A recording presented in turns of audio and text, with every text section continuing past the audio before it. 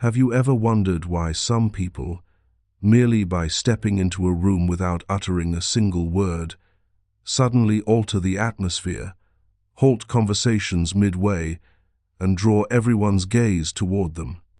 They make no effort to attract attention, yet they command it nonetheless. Jung says it's no coincidence. It's the aura, an invisible power emanating from a soul that has awakened. Under the lens of Carl Jung, the aura is the crystallization of an inner energy that has been integrated. The aura is not created through social techniques, but activated when you touch the deepest part of your soul, where light and shadow merge as one, where the ego no longer dominates, and the self becomes a silent observer. However, we are often haunted by the compulsion to perform, driven by the fear of being forgotten or left behind. We speak excessively to prove our value, unaware that the louder we become, the more we lose the energy of presence. True aura emerges when you no longer need to prove anything.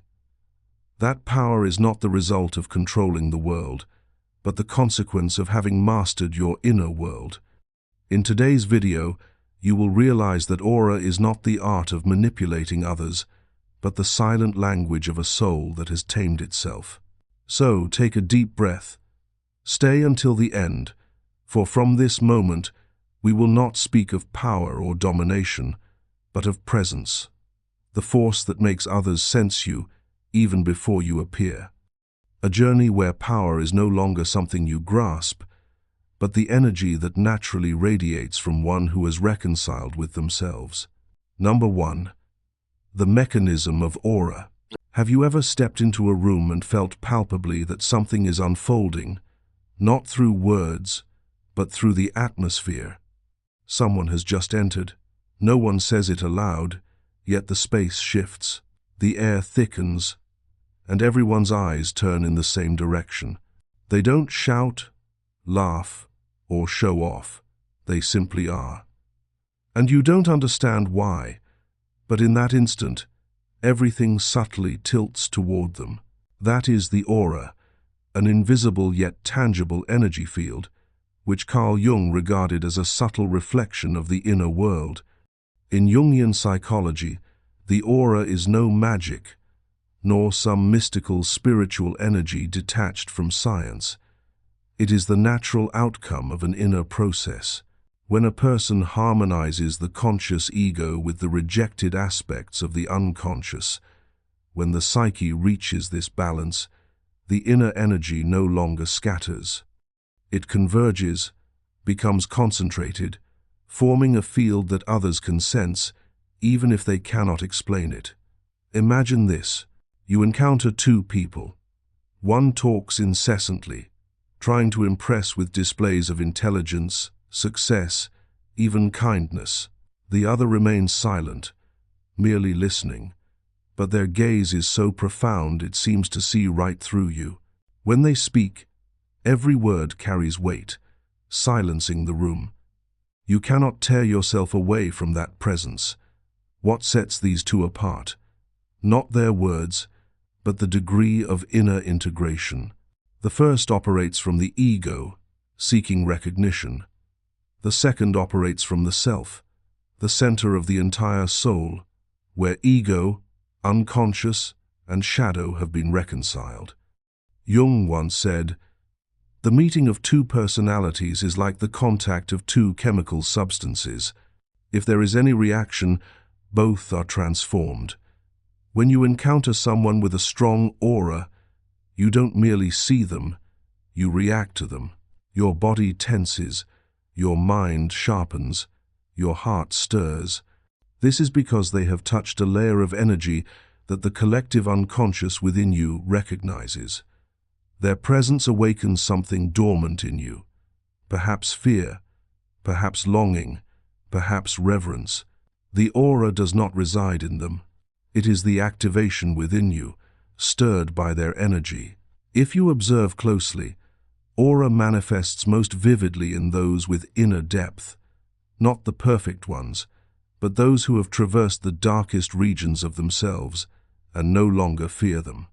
Like light passing through stained glass, the more cracks, the more it refracts into rare hues. Aura is the same. It is energy refined from conscious suffering, accepted shadow, and fear transmuted into serenity. Thus, you might encounter a powerful aura in a Zen master, but equally in someone who has endured profound loss and emerged without resentment. The deeper mechanism of aura lies in the unification of psychic energy. In analytical psychology, each person carries a flow of energy called libido, not merely sexual energy as Freud described, but the full vital force of the soul. When we live in conflict between the self we display and the self we repress, between what we say and what we fear, that energy leaks, scatters. But when you begin to confront and reconcile with your shadow side, that energy is no longer fragmented. It becomes a unified flow, powerful and still. That is when aura forms. Jung called this state the process of individuation, where you no longer flee from your shadow, but integrate it to become a whole being. And the strange thing is, the more whole you become within, the more you influence the outer world, not because you try to, but because others sense the consistency in your energy. A person who says one thing, thinks another, and feels yet something else. Their energy is chaotic, untrustworthy. But one with true aura is someone whose thoughts, feelings, words, and actions align in the same direction. That congruence radiates the energy of order, and where there is order, the collective unconscious feels safe. That is why others are instinctively drawn or fall silent in their presence. There is a fascinating example in modern research on mirror neurons. When you see someone act, neurons in your brain fire as if you were doing it yourself. This may be a neurological lens explaining why one person's stillness seems to synchronize the breathing, speech, and attention of those around them. Jung lacked the scientific language of the 21st century, but he understood profoundly that when a person's energy reaches harmony, they become the invisible center of space they enter. Yet, on the flip side, a weak aura does not mean a lack of energy, but energy in fragments. Someone anxious, insecure, desperately seeking love or validation, they emit energy too, but it is the energy of deficiency. You feel pressure, fatigue, or unease in their presence. They are not bad. Their energy simply signals chaos. Jung would say, it is the unilluminated unconscious. From this we understand that aura cannot be faked. You can practice speaking slowly, controlling your gaze, choosing cool attire. But if within lies a sea of anxiety, that energy will seep through every gesture. Aura arises not from skills, but from the true frequency of the soul. You cannot deceive the collective unconscious, for humans sense energy before they grasp the reason. The mechanism of aura, simply put, is the interplay between a unified inner world and the outer environment. When you enter a room with an inner steadiness like bedrock, you no longer dissolve into the crowd's energy. Instead, you shape its atmosphere. Others do not yield because you raise your voice. They yield because deep in the unconscious, they sense in you an order they seek within themselves. Pillar 1. Silence is the magnet. There is a subtle paradox in human psychology. The one who speaks much is often least heard, while the silent one lingers inescapably in others' thoughts. Humans are not drawn to sound, but to the void. In that void, the mind begins to imagine, project, and fill what is unknown. And there, silence becomes the most primordial form of power, the power Jung called the pull of the unconscious. Jung once wrote, "In all chaos there is a cosmos, in all disorder, a secret order. When you are silent, you create a space, and the other's unconscious rushes in to seek order, to understand, to interpret what you do not say. In psychology, this is projection, the phenomenon where people attribute their own unconscious parts to others. When you are silent, they do not truly hear you. They hear themselves echoing in that stillness. They imagine you are hiding something, but in truth, they are touching the unacknowledged part of their own soul. Observe in relationships. When someone is too predictable, they fade into blandness. But when someone holds silence, depth, something unexplained, they become magnetic. For mystery awakens imagination, and imagination is the language of the unconscious, the realm Jung saw as the source of emotion, creativity, and love. Thus, silence is not merely the absence of sound, it is an invisible mirror reflecting the unknown within each person. And what of you? Have you ever experienced a silence that transformed the entire space, when someone said nothing, yet everything within you fell quiet? If so, share it in the comments, so our silences might meet and form a wordless symphony among souls learning to listen. Those with a strong aura rarely need to speak much or explain. They know that true energy requires no words. Words belong to consciousness. Silence is the language of the unconscious.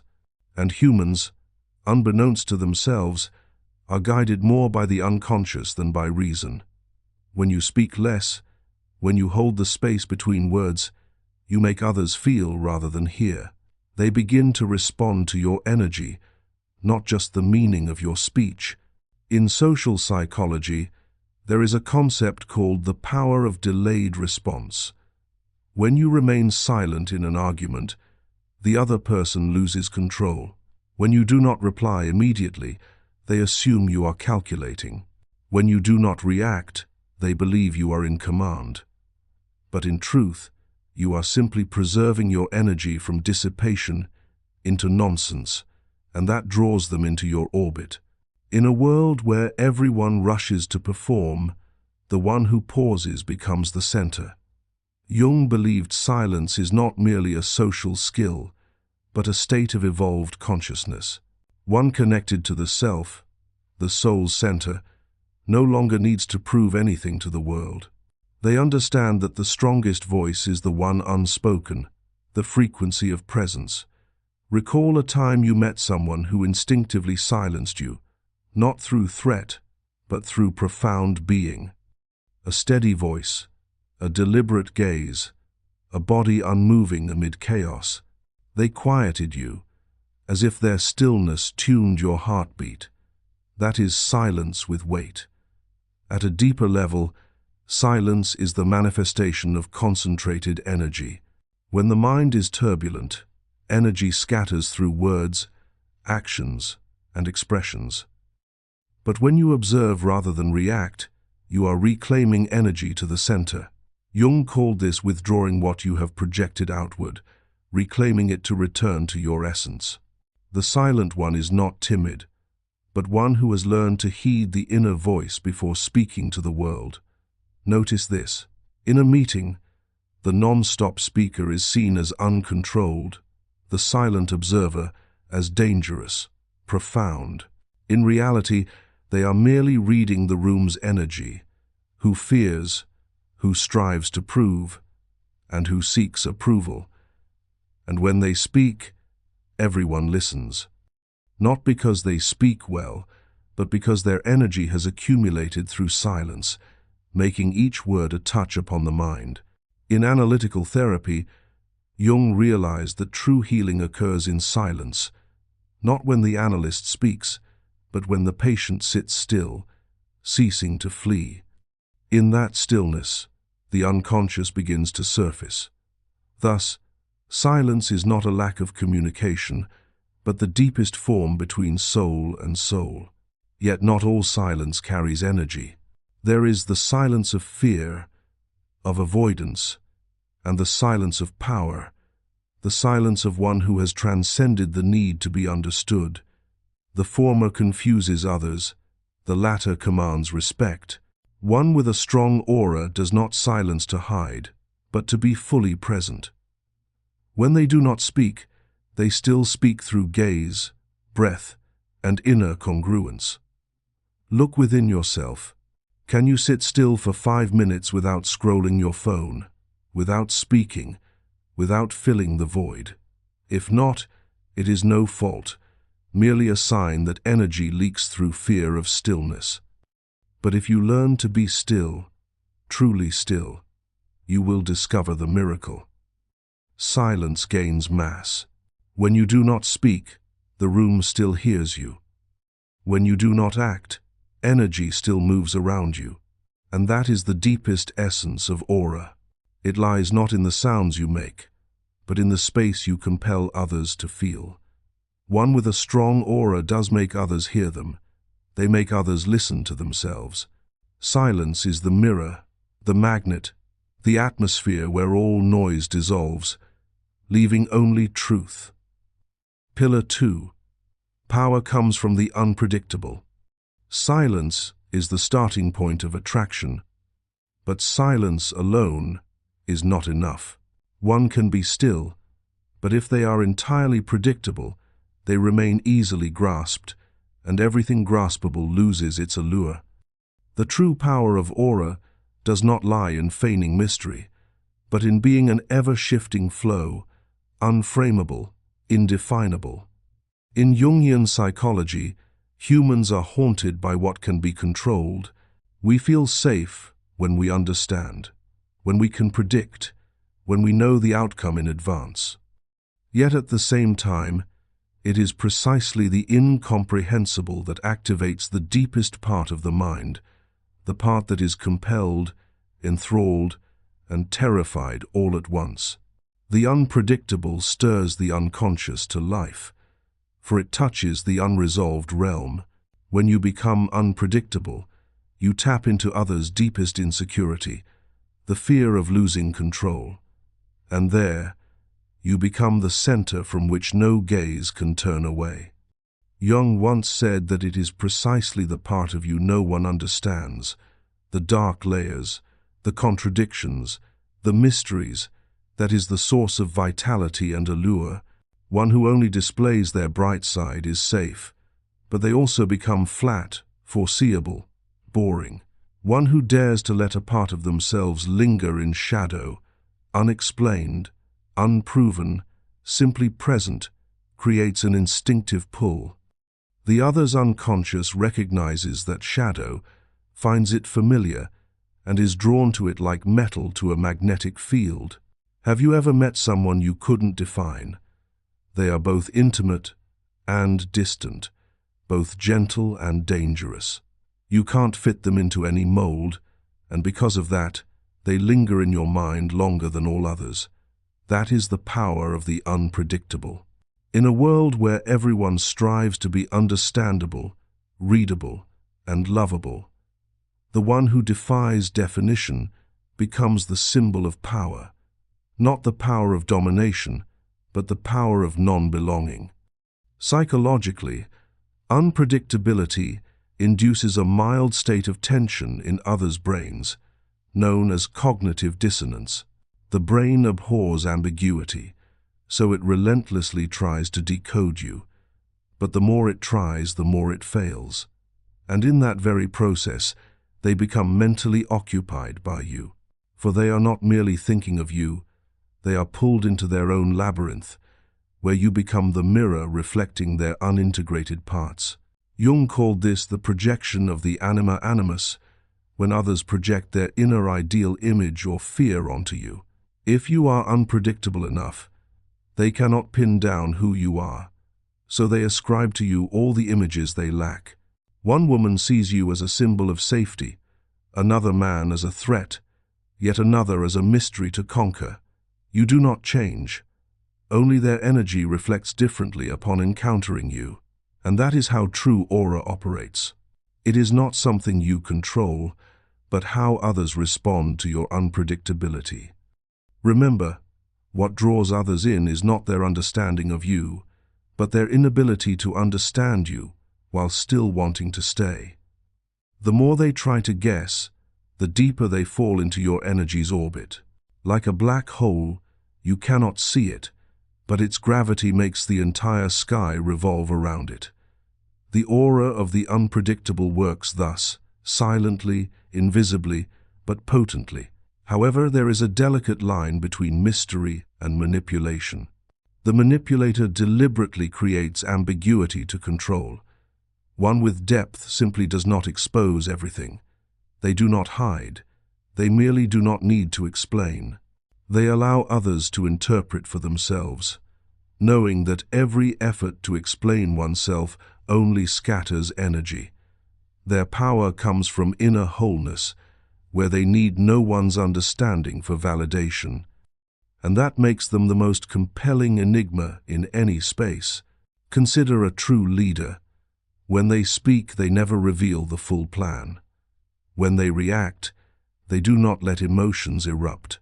They leave others to speculate, measure, and conjecture.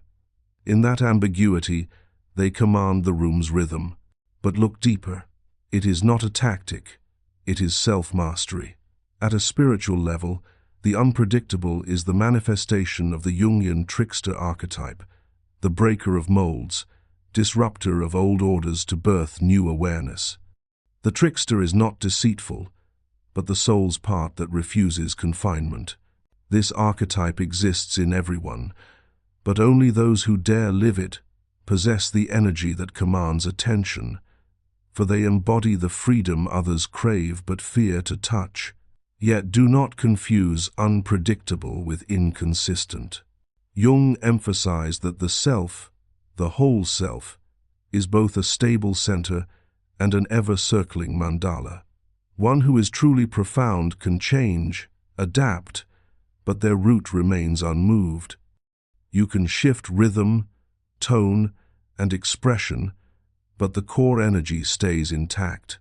The unpredictable is not a feigned transformation, but the aliveness of a soul ceaselessly becoming. And then, when that flow reaches maturity, it no longer needs to morph to attract, nor to be mysterious to earn respect. It becomes serene, not the stillness of depletion, but the tranquility of a profound ocean where every motion has order, every change stems from the center. Pillar 3. Equanimity. One can be silent, can be mysterious, but if the inner world remains turbulent, their aura will quiver, unstable. Only when they attain inner equanimity does the energy truly gain weight, a silence that space must obey and others' minds cannot resist. Equanimity is not the absence of emotion, but the ability to hold one's essence steady amid the storm. It is not cold, not indifferent, but a conscious stillness. The equanimous one is not pulled into others' energy, does not react to the world's tempo, but makes the world adjust to theirs. In analytical psychology, equanimity is not a fleeting emotional state, but the outcome of reconciliation between consciousness and the unconscious. When one does not understand oneself, they are stretched between poles, desiring control, yet fearing its loss, wanting love, yet fearing hurt, craving expression, yet fearing judgment. All these conflicts make psychic energy oscillate like a pendulum. The harder one tries to stay calm, the more exhausted they become. But once you dare to gaze into your inner shadow, accepting the parts you once denied, weakness, jealousy, arrogance, wounds, that energy is freed, and equanimity naturally emerges. Pause here for a breath. Feel your own breathing. Is it quick or slow? In that brief moment you will realize equanimity is not something to learn, but something to remember. Recall a moment in life when you were terrified, but beside you was someone utterly calm.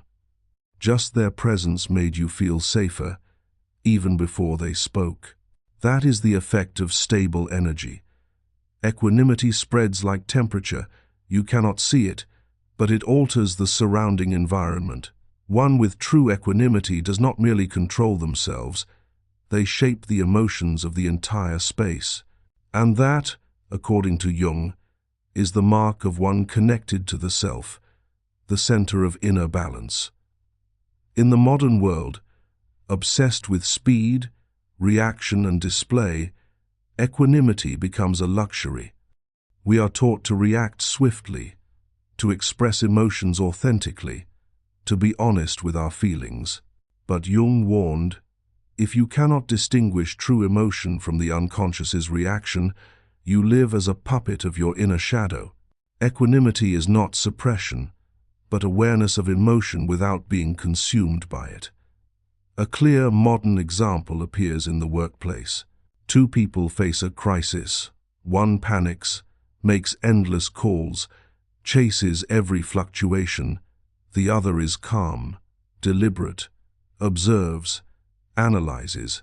Within minutes, all eyes turn to the second, not because of a higher rank, but because in the collective unconscious, people always seek the center of order. Equanimity signals, here is someone who has direction. That is why those with a strong aura need not compete. The world comes to them, for their energy makes others feel safe in their own chaos. Jung once noted that within every person lies the self, like the hub of a wheel. When you connect to it, all surrounding turmoil is mere motion at the rim. Anger, frustration, and anxiety are waves, but you are the ocean. Equanimity is remembering who you are amid those waves.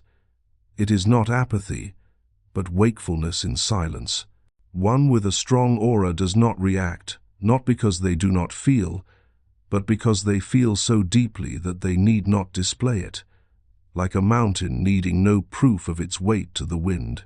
When others raise their voices, they smile. When others lose composure, they breathe evenly. And that breath alone slows the entire room. Equanimity creates no drama, but it quiets all drama around it. Physiologically, equanimity is a regulated nervous system, the balance between sympathetic and parasympathetic responses. In fear, heart rate spikes, breathing quickens, and voice trembles. In equanimity, breath deepens, gaze steadies, voice gains weight. Strangely, others' bodies attune to it. Studies show that calm states are contagious. When one maintains even breathing, the other's heart rate slows. What Jung called the impact of the collective unconscious is that mechanism, the still energy of one can restore order to a group. Equanimity is not the privilege of saints, but the result of self-observation. When you are present enough to notice what stirs within, you are no longer swept away. When others grow heated, you see that heat lives in you too. When others judge, you recognize the part of you that once judged others. That awareness dissolves reaction, leaving natural equanimity. Pillar 4. Disappearance is the ritual of power. In a world that worships presence, where everyone strives to be seen, heard, remembered, the act of disappearing becomes a quiet rebellion. People fear being forgotten, mistaking existence for visibility. But Jung believed that disappearance, when done consciously, is not fleeing the world, but withdrawing energy from places that no longer nourish the soul. Psychologically, the more one is present, the easier it is to lose boundaries between self and world. We react ceaselessly to information, others' emotions, invisible expectations, and comparisons. Gradually, our energy fragments into 1,000 shards, each trying to please someone or meet some demand. Then we wake up exhausted, wondering why. Jung would call it the syndrome of lost centering, when the ego is devoured by roles. Disappearance then becomes a sacred act, reclaiming those scattered energy shards to return to the self-center. Consider the artist. After completing a great work, they do not rush to another spotlight. They vanish, not from fatigue, but because they know creative energy needs time to settle and crystallize. Humans are the same. After every giving, we need space to gather ourselves. It is energy's natural law. What only outflows without inflow depletes. Through Jung's lens, disappearance is the necessary pause between two cycles of the soul. Energetically, when you withdraw from a space, you do not vanish entirely. You merely shift the form of your presence, like a flame extinguished, not gone, but returned to primal gas, a subtler, deeper existence. When you fall silent, others begin hearing your echo in their minds. When you are no longer there, they notice the void you left, and that is when your aura becomes most potent. Observe those with true influence. They do not appear too often, they speak little, need not repeat their name, but each return halts the world to listen. Constant presence cheapens your energy. Disappearing at the right moment cloaks it in the sanctity of absence. There is a fascinating psychological aspect. People only truly value a presence when it is absent. That is how the unconscious works. It does not sense familiarity in the moment, only awakens in lack. Thus, disappearance is not just a power strategy, but a lesson in awareness. When you withdraw, you not only make others see you more clearly, you make yourself see yourself more clearly. In the absence of noise, you hear the soul's true voice. You can feel this in relationships. When someone is always there, we take their presence for granted, but when they withdraw, a part of us empties, not because they matter more, but because their absence forces us to confront our own dependency. In Jungian psychology, it is the process where the image we project onto another is withdrawn, compelling us to face the soul part we gave away. Thus, disappearance is not merely a way to be remembered. It is a healing mechanism for both. A strong aura is like a moon that never lingers eternally in the sky. It knows when to shine and when to retreat, allowing the sky to rest, the darkness to renew. That retreat makes each return hush the heavens, awaiting something sacred. The allure of one with a strong aura is the same. They need not appear to be cherished, for conscious absence becomes a subtler, deeper form of presence. One with a strong aura understands the law. If you always radiate light, the world grows accustomed to it. But if you know when to veil yourself, each emergence carries the value of a rising moon, unobtrusive, yet compelling every soul to gaze upward. When you grasp this, you will no longer fear silence, no longer dread being forgotten. You will realize that the truly strong need not be seen constantly. They need only be felt eternally. They step forth, leave an echo, then recede into shadow, where energy gathers like molten lava, awaiting eruption. Each withdrawal is a rebirth, each absence a return to the soul's center of power. Pillar 5. Aura is a spiritual discipline. After passing through silence, unpredictability, equanimity, and disappearance, you will realize one thing. Aura is not an innate energy, but an inner discipline forged over time. Aura does not come from demeanor, not from voice, or the way you walk. It is the result of a spiritual process, where the soul is tempered in the persistent repetition of awareness, wakefulness, and self-observation. Those with a strong aura are not born with different energy. They forge themselves daily so that energy does not leak outward. Jung once wrote, "There is no coming to consciousness without pain. No one can reach a state of serenity, self-mastery, or profound attraction without having traversed a phase of chaos." Aura is the product of a soul that has been shattered and knows how to reassemble its pieces through awareness. But what sets them apart is not the events endured, but the discipline in observing oneself amid them. That discipline has no binding form, no ritual. yet it demands utter honesty with the inner world. In Jungian psychology, every developmental process requires conscious repetition. Each day, we are invited to step out of the unconscious, from familiar reactions, fears, comparisons, defensive habits. But only the disciplined recognize that invitation and pause before reacting. They do not let instinct command them.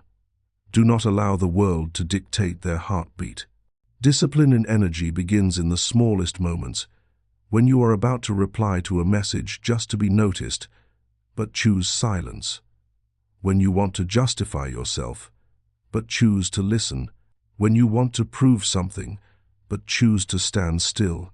In each such instance, you reclaim a fragment of energy once lost to the need for recognition.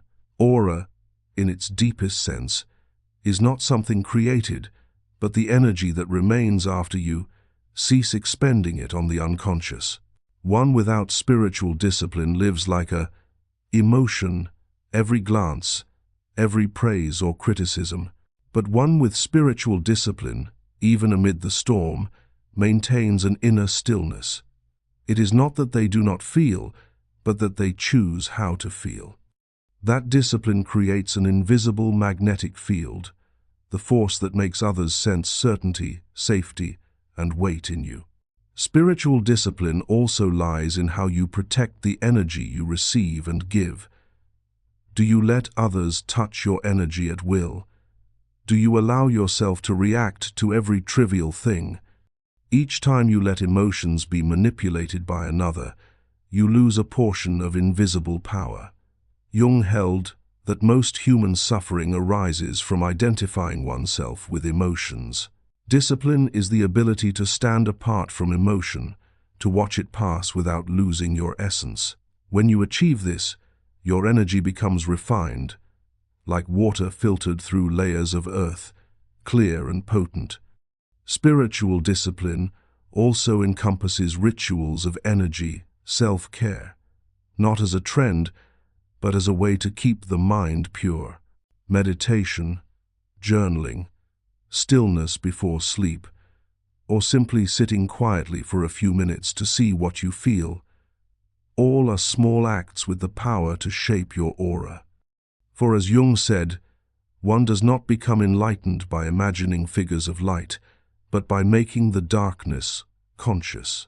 Each time you dare to gaze into your shadow rather than evade it, you forge a new muscle in the soul, the strength of recognition.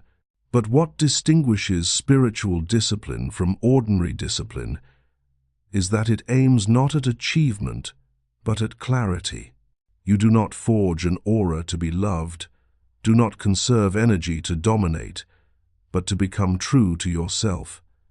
When your energy is untainted by base motives, it naturally radiates. Strong aura is never the result of artifice. It is the honest reflection of a soul cleansed through experience, silence, and solitude. As the screen fades, what remains is not concepts, but the stillness forming in your chest, like a newly opened underground spring. You need to carry no techniques, carry only a small habit, turn inward, honest to the point of having nothing left to prove. There, what once made you waver will gradually become material, and your presence, whether amid a crowd or in an empty room, will begin to carry its own weight. Each moment you touch the deeper part of yourself, the outer world will shift a notch, as if recalling an ancient order long forgotten. That is the subtle signal that you have ceased chasing spotlights, and the light is seeking you once more.